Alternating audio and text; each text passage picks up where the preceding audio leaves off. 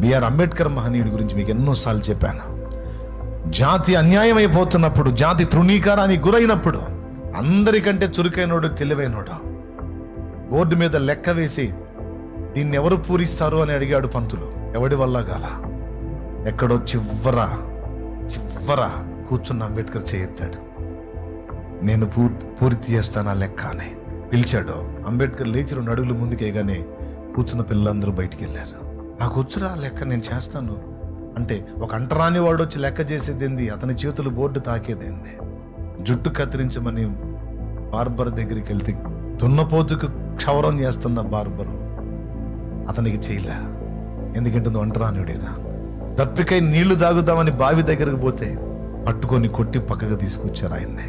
క్లాస్లో కూడా నీళ్లు తాగుదామని కుండ దగ్గరికి వెళ్తే సారు కోప్పడతాడు. నేను వచ్చిందాక ఆగలేవా అంటే వాళ్ళు మామూలుగా ముంచుకొని తాగుతున్నారు, నువ్వు తాగకూడదు అట్లా. నేను వాళ్ళంటి మనిషినే కదా. కాదు, వాళ్ళు వేరు, నువ్వు అంటరానోడివి, నువ్వు తాగకూడదా. తన జాతికి జరిగిన ద్రోహాన్ని గుర్తు చేసుకుని ఎట్లా నన్న జాతిని ఉద్ధరించాలి, దానికోసం నా జీవితం బలిపీఠం మీద ఆహుతైనా పర్వాలేదా, నేను నా కుటుంబం ఏమైపోయినా పర్వాలేదు, నా జాతి. ఆయన ఒక అద్భుతమైన మాట అన్నాడు. ఆ రోజు ఆయన అన్న మాట చాలాసార్లు గుర్తొచ్చింది నాకు ఇప్పుడు లైఫ్లో. మహమ్మద్ అలీ జిన్నా, మహాత్మా గాంధీ, బిఆర్ అంబేద్కర్ ముగ్గురు విదేశానికి వెళ్ళారట ఒకసారి. 2 నైట్. న్యూస్ విలేకరు ఉంటారు కదండి, రిపోర్టర్ అట్లా ఉంటారు కదా. ఆ జామున వాళ్ళని పలకరించి వాళ్ళతో మాట్లాడాలని అతను వెళ్ళాడట. ఆ జామున వెళ్ళినప్పుడే అనుకున్నాడు, నేను ఈ జామున వెళ్తున్నాను, వాళ్ళు ఎందుకు ఉంటారు, నిద్రపోతుంటారు కదా, ఒకవేళ మేల్కొని ఉంటే పలకరిద్దాం, వాళ్ళు చెప్పే విషయాలు రాసుకుందామని అతను ఇంట్రెస్ట్ని బట్టి వెళ్తే 2 గదుల్లో లైట్ ఆఫ్ చేసి ఉంది. మహమ్మద్ అలీ జిన్నా లైట్ ఆగిపోయింది, మహాత్మా గాంధీ గారి లైట్ ఆగిపోయింది.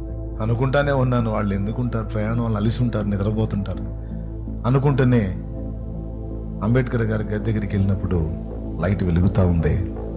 ఆయన నిద్రపోవట్లేదు. దాని వెలుతురులో ఒక బుక్ స్టడీ చేస్తూ ఒక నోట్స్ పెట్టుకొని రాస్తా ఉన్నాడు, డైరీ పెట్టుకొని. అతను ఆశ్చర్యపోయి, సార్ ఏంటి మీరు, వాళ్ళు హాయిగా నిద్రపోతున్నారు, మీరేంటి ఇంకా నిద్రపోలేదు, 2 అవుతుంది, సమయం ఎంత అయింది. ఆయన అన్నమాట, నా జాతి నిద్రపోతుంది, నేనన్నా మేల్కోవాలి.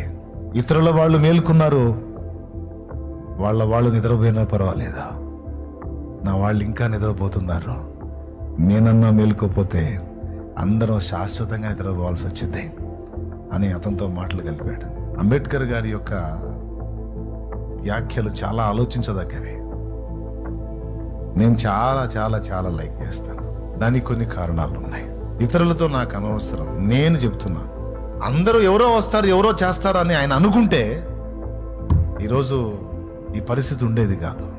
ఈరోజు ఏ అంటరానుడని తృణీకరించబడ్డారో వాళ్ళలో పై స్థాయి అధికారుల దగ్గర నుంచి టాప్ 1లో కూడా ఉన్న పొజిషన్కు ఉన్నారు. ఆ మెట్టుకి చేరడానికి తన వంతు కృషి చేసినటువంటి మహనీయుడు బిఆర్ అంబేద్కర్ మహనీయుడు. ఆయనేం ధనికుడు కాదే, సామాన్యుడే. కానీ సామాన్యుడు సాధించలేని కార్యాలు ఎన్నో సాధించాడు ఆయన. ఈరోజు మీకు అందరికీ ఎందుకు చెప్తున్నానంటే, జరుగుతున్న సమాజంలోని పరిణామాలు, పరిస్థితులు చూసినప్పుడు స్పిరిచువల్ గాను, సోషల్ సర్వీస్ పరంగాను, ఇటు సామాజిక సేవ, సంఘ సేవ, ఆధ్యాత్మిక సేవ, భౌతిక సేవ. భౌతికంగా అంటే ఆయా హోదాల్లో, బాధ్యతల్లో, పదవుల్లో ఉండి సమాజాన్ని బాగు చేయటం, సమాజానికి మేలుకరంగా బ్రతకడం. అతడు ఒక విఆర్ఓ అయి ఉంటాడు, లేదా ఇంకొక ఆఫీసర్ అయి ఉంటారు, ఏ పంచాయతీ సెక్రటరీ ఏదో అవుతుంటారు, అయి ఉంటారు. గ్రామంలో ఉండే దేనికి పర్మిషన్లు అడగరు. చర్చి కడితే మాత్రం వచ్చేస్తారు. ఎట్లా కడతారండి పర్మిషన్ లేకుండా? ఆపేయండి, ముందు అర్జెంట్గా ఆపేసేయండి. సార్ ఇన్ని కట్టారు సార్, వాటన్నిటికి ఉందా? అవన్నీ నీకు అనవసరం, ముందు నీ సంగతి చెప్పు. మరి బార్ షాపులు, పబ్బులు, క్లబ్బులు, బార్ షాపులు, గ్రామాల్లో బార్ షాపులు విపరీతంగా ఉన్నాయి కదా సార్. బార్ షాపులు సమాజాన్ని పాడు చేస్తున్నాయి. యేసు ప్రభు మాటలు అంటే సమాజాన్ని బాగు చేస్తాయి సార్. త్రాగుడు అనేది సమాజాన్ని పట్టి పీడిస్తున్న ఒక మహమ్మారి. దాన్ని పెంచి పోషిస్తున్నాయి బార్ షాపులు. మీరు వాటిని మోయించండి. ఆ బార్ షాపు పోకుండా దేవుని ప్రేమను పరిచయం చేసి ఒక త్రాగుబోతుడిని, దొంగోడిని, నరహంతకుడిని, నానావిధ పాపాల్లో బ్రతికేవాడిని ఒక మామూలు మనిషిగా చేసి మహనీయుడిగా తీర్చిదిద్దేది దేవుని సంఘం సార్, యేసుక్రీస్తు బోధ, మందిరం సార్, చర్చి సార్. దీనికి ఎందుకు సార్ కూల్ చేయాలని అందరూ మూకుమ్మడిగా కట్టకట్టుకొని, అతడు ఒక పోలీస్ అధికారి అయి ఉంటాడు, వాళ్ళకే కొమ్ము కాస్తాడు. అతడు ఒక ఎంఆర్ఓ అయి ఉంటాడు, వాళ్ళకే కొమ్ము కాస్తాడు. అతడు ఒక లాయర్ అయి ఉంటాడు, వాళ్ళకే కొమ్ము కాస్తాడు.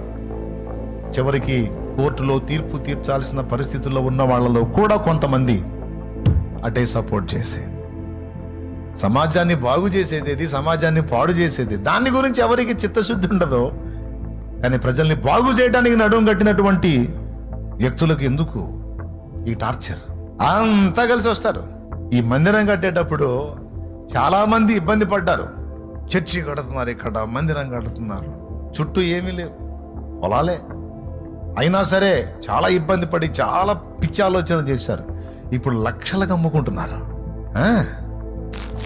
లక్షలకి మా స్థలాల రేట్లు పడిపోతాయి, మా స్థలాల రేట్లు పడి లక్షలకు అమ్ముకుంటున్నారు. మరి ఏ రేటు పడిపోలేదే? మనం ఇక్కడ మందిరం కట్టేటప్పుడు సెంటు 60,000కి అడిగిన దిక్కు లేదు. ఇక్కడ ఈరోజు లక్షలకు అమ్ముకుంటున్నారు. చెబుతున్నా అండి మాట వరుస. చర్చి కడుతున్నారా? చర్చి కడుతున్నారు. కడితే ఆ సమాజంలో దరిద్రం పోయిద్దిరా, మీ ప్లాట్లకున్న దరిద్రం కూడా పోయిద్దిరా. మంచి రేట్లు వస్తాయి.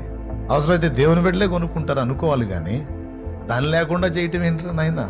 యేసుక్రీస్తు తండ్రి అయిన దేవుడు మనకు అనుగ్రహించిన వరం, అది మన దేశానికి దీవెన ఆయన వార్త.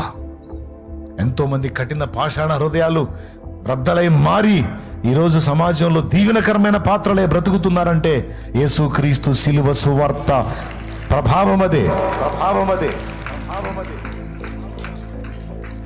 ఇప్పుడు ఏం చేయాలి? దేవుని బిడ్డలకు జరుగుతున్న అన్యాయం విషయంలో అందరి హృదయాల్లో భారం ఉండాలి. నశించిపోతున్న ఆత్మను రక్షించడానికి భారం ఉండాలి. దేవుని ప్రేమను లోకానికి చూపడానికి భారం ఉండాలి. నేను ఏ విధంగా చేయగలను? ఒక చిన్న సమాజంలో ఒక చిన్న పరిచర్య మొదలుపెట్టి అంతటితో తృప్తి చెందక ఇంకొంచెం దేవుడు నాకు ఇచ్చిన పరిధిలో ఇప్పటికీ నేను నిద్ర లేకుండా ఆలోచించి ఏమేం చేయగలను, ఇంకా ఏమేమి ఇంప్లిమెంట్ చేయగలనో అన్నీ చేసుకుంటా. ఈరోజు కూడా నా సంచారాలు ఆగకుండా నిరంతరం తిరుగుతూనే ఉన్నాను. నేను ఈరోజు నా ఆత్మీయ బిడ్డలుగా మీకు నా హృదయ ఘోష చెప్పుకుంటున్నాను. మీరు కేవలం వినువారై ఉండక భారాన్ని, బాధ్యతను ఆకలింపు చేసుకొని ఇక్కడ ఉన్న వాళ్ళే కాదు, వేలాదిగా ఆన్లైన్ ద్వారా వీక్షిస్తున్న వాళ్ళు ఉన్నారు. జూమ్లో చాలా మంది కనపడుతున్నారు. అందరూ కూడా వినండి. కొన్ని సన్నివేశాలని ముందుకు దేవుడు తెచ్చినప్పుడు ఫినెహాసు ఓర్వలేకపోయాడు. నేను చూచి ఓర్వలేకపోయిన దాన్ని ఫినెహాసు కూడా ఓర్వలేకపోయాడు. ఫినెహాసు స్పెషల్ పర్సన్ అని దేవుడు ఎక్స్పోజ్ చేసినట్టుగా ఈరోజు నిన్ను నన్ను కూడా దేవుడు గుర్తించినట్లు అందరూ నిర్లక్ష్యంగా ఉన్నారు. నీవు కూడా ఉంటావా? ప్రార్థించేవాడు ప్రార్థించాలి, ప్రేమ చూపేవాడు ప్రేమ చూపాలి, ప్రకటించేవాడు ప్రకటించాలి, సమాజ రక్షణ కోసం ప్రయాసపడేవాడు బాధ్యతగా ప్రయాసపడాలి. సేవకురాలైతే ఈ గ్రామ రక్షణ కొరకు నడుం కట్టాలి నేనని భార్యాభర్తలు మాట్లాడుకొని సమాజానికి ప్రేమ చూపిస్తూ, సత్యం చెబుతూ, ఆత్మలకు దేవుని శక్తిని చూపిస్తూ ఆత్మని రక్షించడానికి నడుం కట్టాలి. డేవిడ్ బ్రెనార్డ్ ఎలాగైతే ఒక సమాజం కోసం వెళ్ళి తన ఊపిరి పోయేంత వరకు అక్కడే అంకితం అయ్యాడో, డేవిడ్ లివింగ్స్టన్ ఎలాగే దక్షిణ ఆఫ్రికాకి వెళ్ళి ఆ ప్రజల రక్షణ కోసం అక్కడే అసువులు బాశాడో, విలియం కేరీ ఇంగ్లాండ్ వదిలిపెట్టి ఇండియాకు వచ్చి ఇండియాలోనే సమాధి చేయబడ్డాడో, అలాగే ఇది చిన్న గ్రామమైన పెద్ద ప్రాంతమైన ఈ ప్రాంత రక్షణ కోసం నా కుటుంబం నేను అంకితం అని సమర్పణ కలిగి ఆ సమాజ రక్షణే నా జీవిత ధ్యేయమని దృష్టి పెట్టుకొని ఆ సమాజంలో నశించిపోతున్న ఆత్మ రక్షణ కోసం దైవజనురాలు నడుం కట్టాలి. అది లక్ష్యమై ఉండాలి.